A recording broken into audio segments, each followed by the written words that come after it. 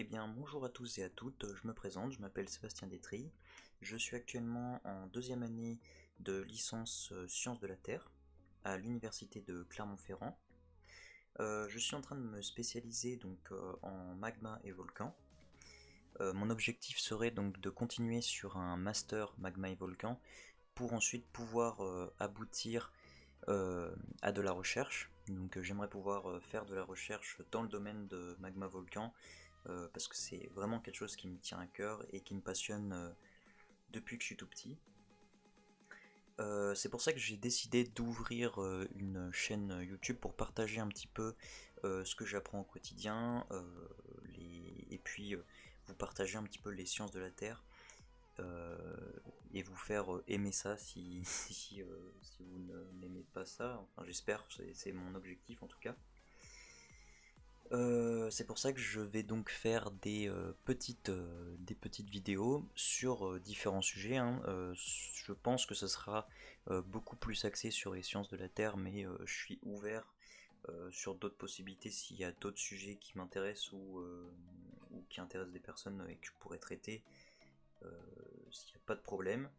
Il faut savoir que je suis en deuxième année de licence pour le moment, donc j'ai pas forcément les niveaux de personnes qui sont en master ou à des niveaux au-dessus, donc il y aura peut-être quelques éléments un petit peu erronés ou en tout cas pas forcément totalement exacts. Enfin bon, bref, je vais donc vous présenter aujourd'hui la subduction parce que je pense que c'est quelque chose qui est important en sciences de la Terre et qui peut être d'ailleurs lié à d'autres sujets. Enfin, je pense que c'est quelque chose qui est important à traiter pour toutes les personnes qui sont curieuses, hein, ou alors les personnes qui sont en train de préparer un examen. Par exemple, je pense aux gens de terminale qui doivent traiter de ce sujet. Et donc voilà, j'ai décidé de présenter ce sujet-là pour ma première vidéo. Alors, je vous ai fait un petit plan. Alors, dans une première partie, on va s'intéresser à l'aspect de lithosphère, parce que je pense que quand on parle de notre planète, ou quand on parle de tectonique des plaques, il faut essayer de comprendre un petit peu comment tout ça s'est agencé, comment ça marche. Et je pense que de comprendre la partie la plus proche de nous, enfin je veux dire la partie avec laquelle on est en contact, je pense que c'est important. C'est pour ça que j'ai décidé de faire une petite partie sur la lithosphère.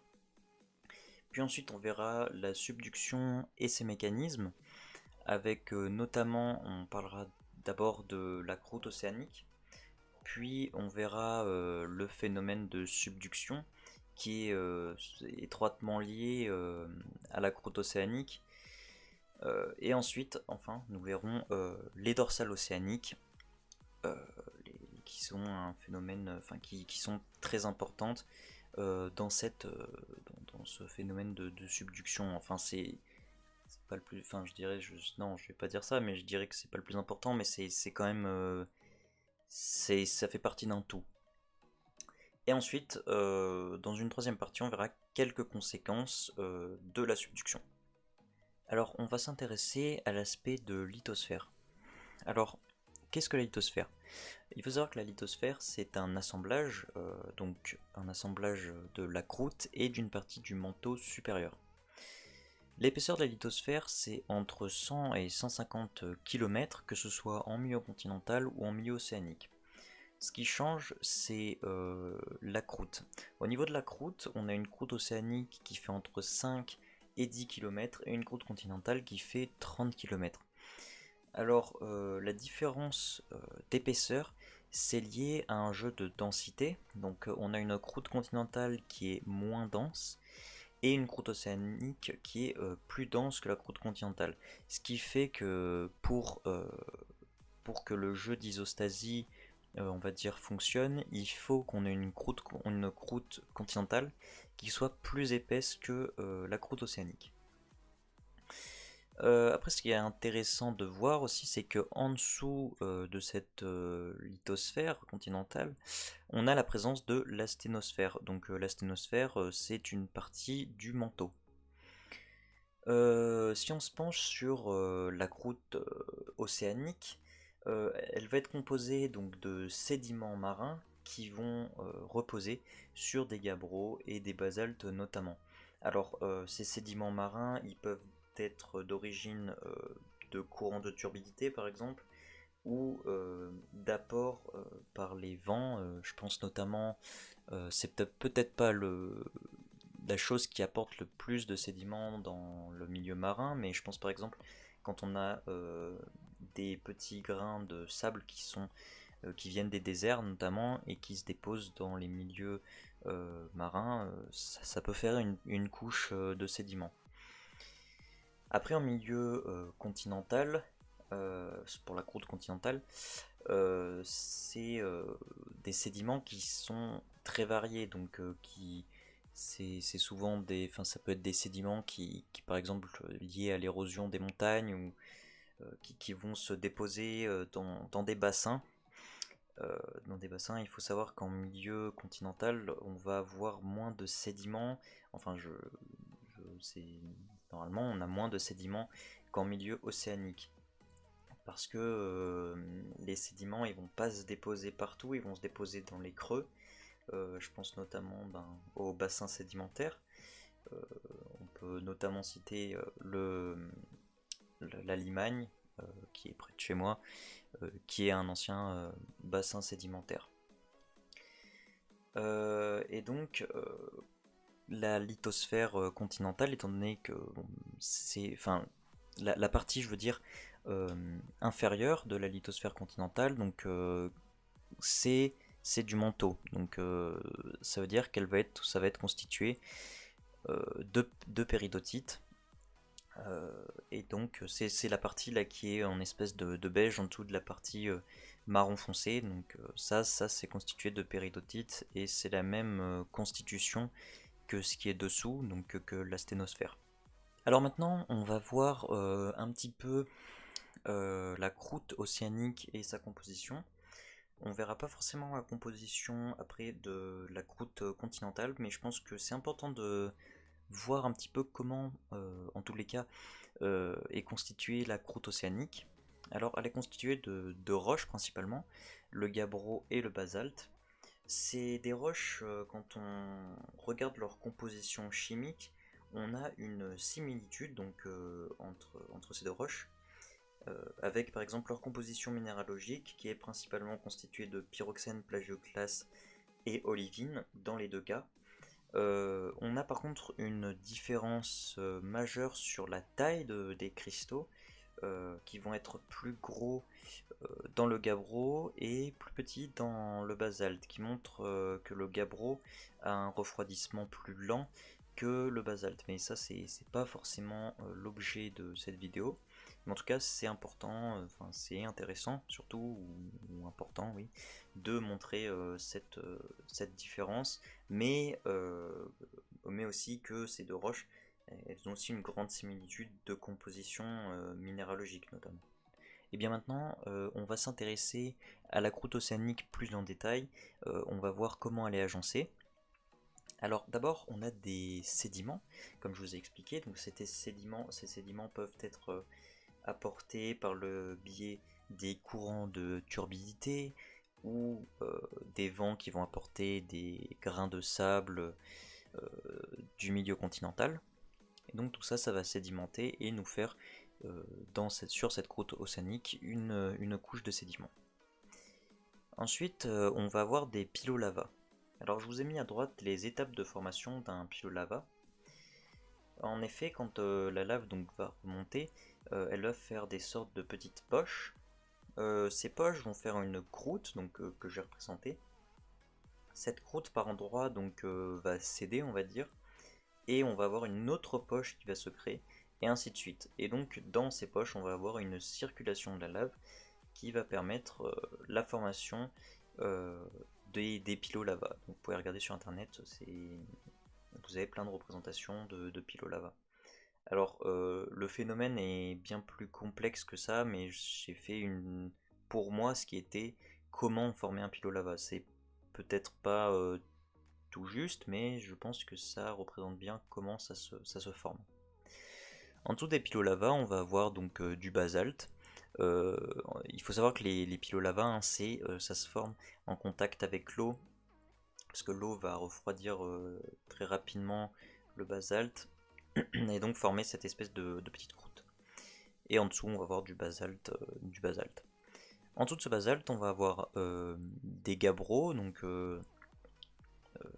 les gabbros, ils vont refroidir plus lentement, étant donné qu'ils sont plus en profondeur.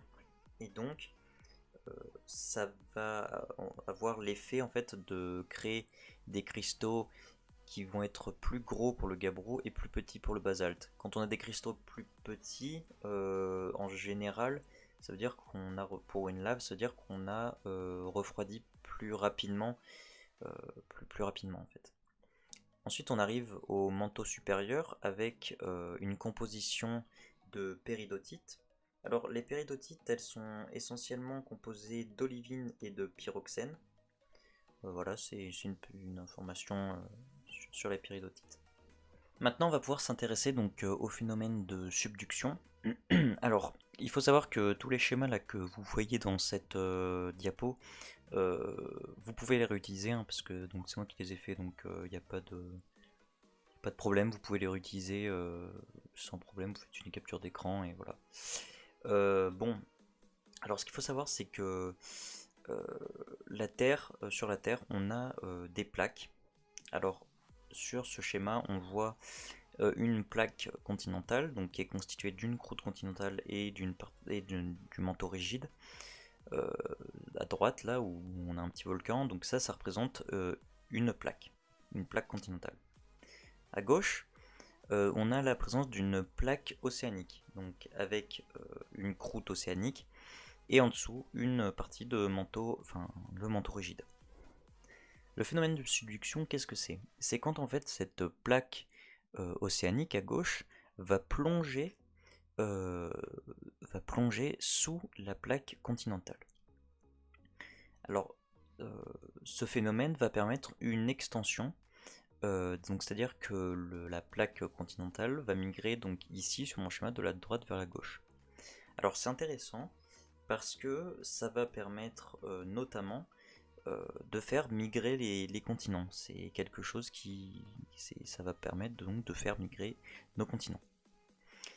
Alors, quand cette plaque elle va plonger, on va changer de faciès, c'est-à-dire que les roches vont, quand on les met à des pressions températures différentes, elles vont changer. Alors au début, on passe d'un faciès amphibolite à un faciès schiste vert, puis schiste bleu, puis schiste rouge. Enfin, en faciès éclogite. Euh, En fait, il faut savoir que cette croûte océanique va être froide et elle va aussi être composée d'une partie d'eau. On va avoir un petit peu d'eau présent euh, dans ces roches. Et donc, étant donné que cette croûte est froide, on va un petit peu perturber le géotherme, c'est-à-dire qu'on va se retrouver avec des hautes pressions, mais basses températures, qui va nous faire ces faciès qui sont typiques d'une zone, enfin qui nous permettent de savoir qu'on a eu une zone de subduction.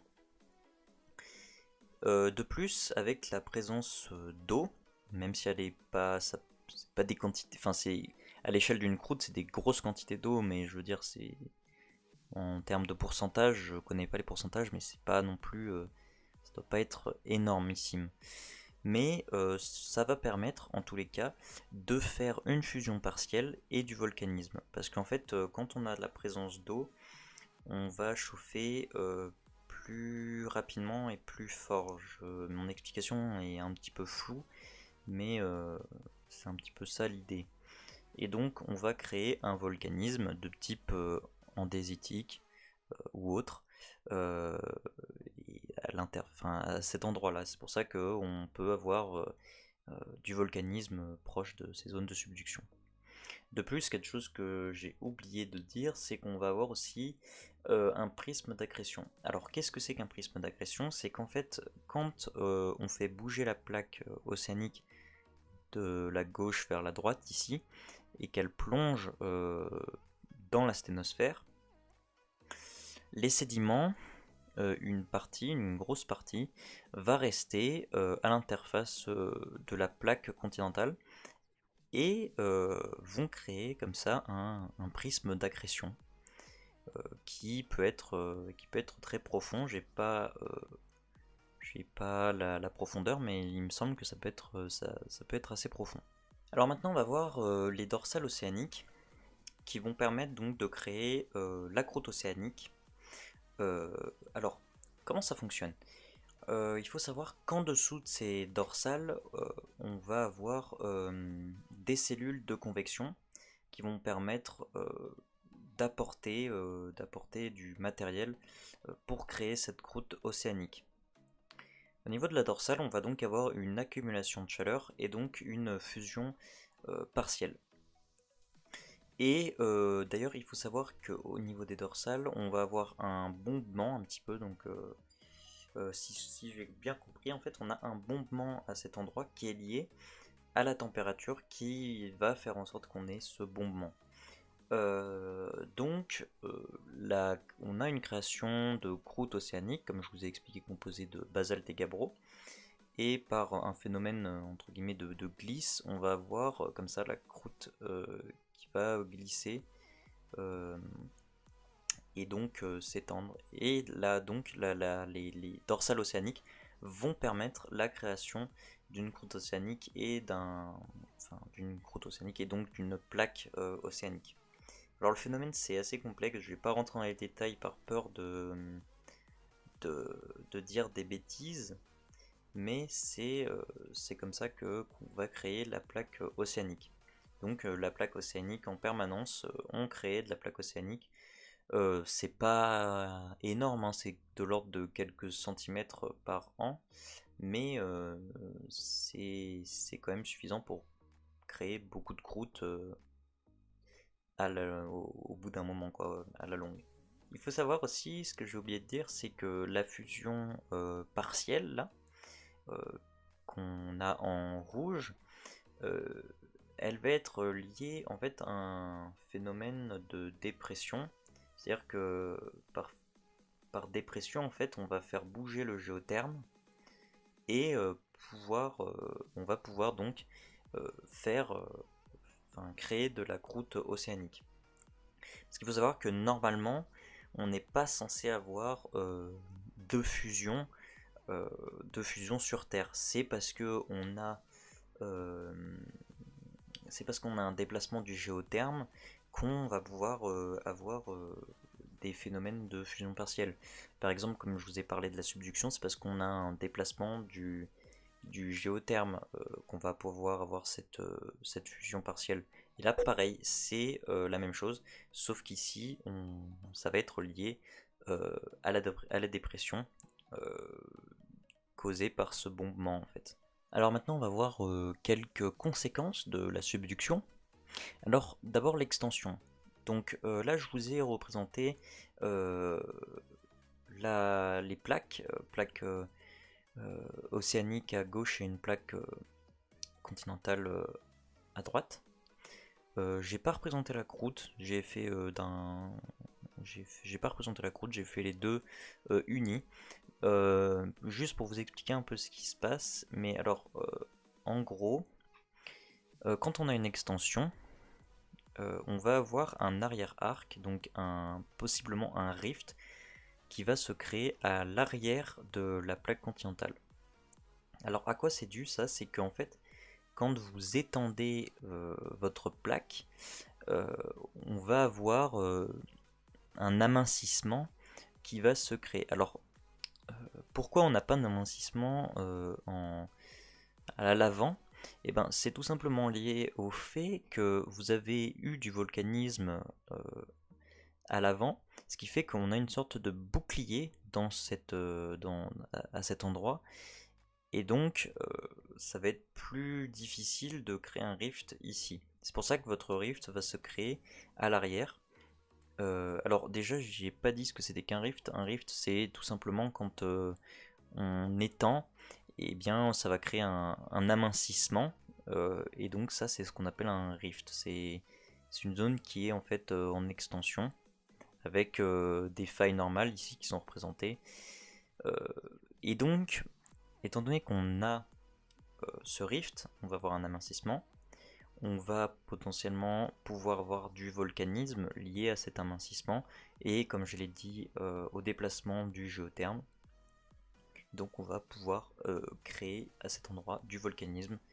Donc on peut retrouver du volcanisme lié à la zone de subduction et du volcanisme d'arrière-arc. On peut retrouver les deux en fait. Donc ça, c'est une conséquence intéressante, je trouve, à noter de la subduction. Alors, ce qu'il faut savoir, c'est que en zone de subduction, on va avoir un volcanisme qui est explosif, euh, donc avec des laves qui s'écoulent difficilement, qui sont visqueuses et donc qui vont permettre la mise en place d'un volcanisme explosif de type andésitique. Alors, ce qu'il faut savoir, c'est pourquoi ça explose. C'est intéressant de le dire. C'est en fait, ça peut être lié à plusieurs facteurs comme l'eau ou la composition de la lave avec les gaz qui sont présents à l'intérieur qui vont permettre euh, d'exploser en fait.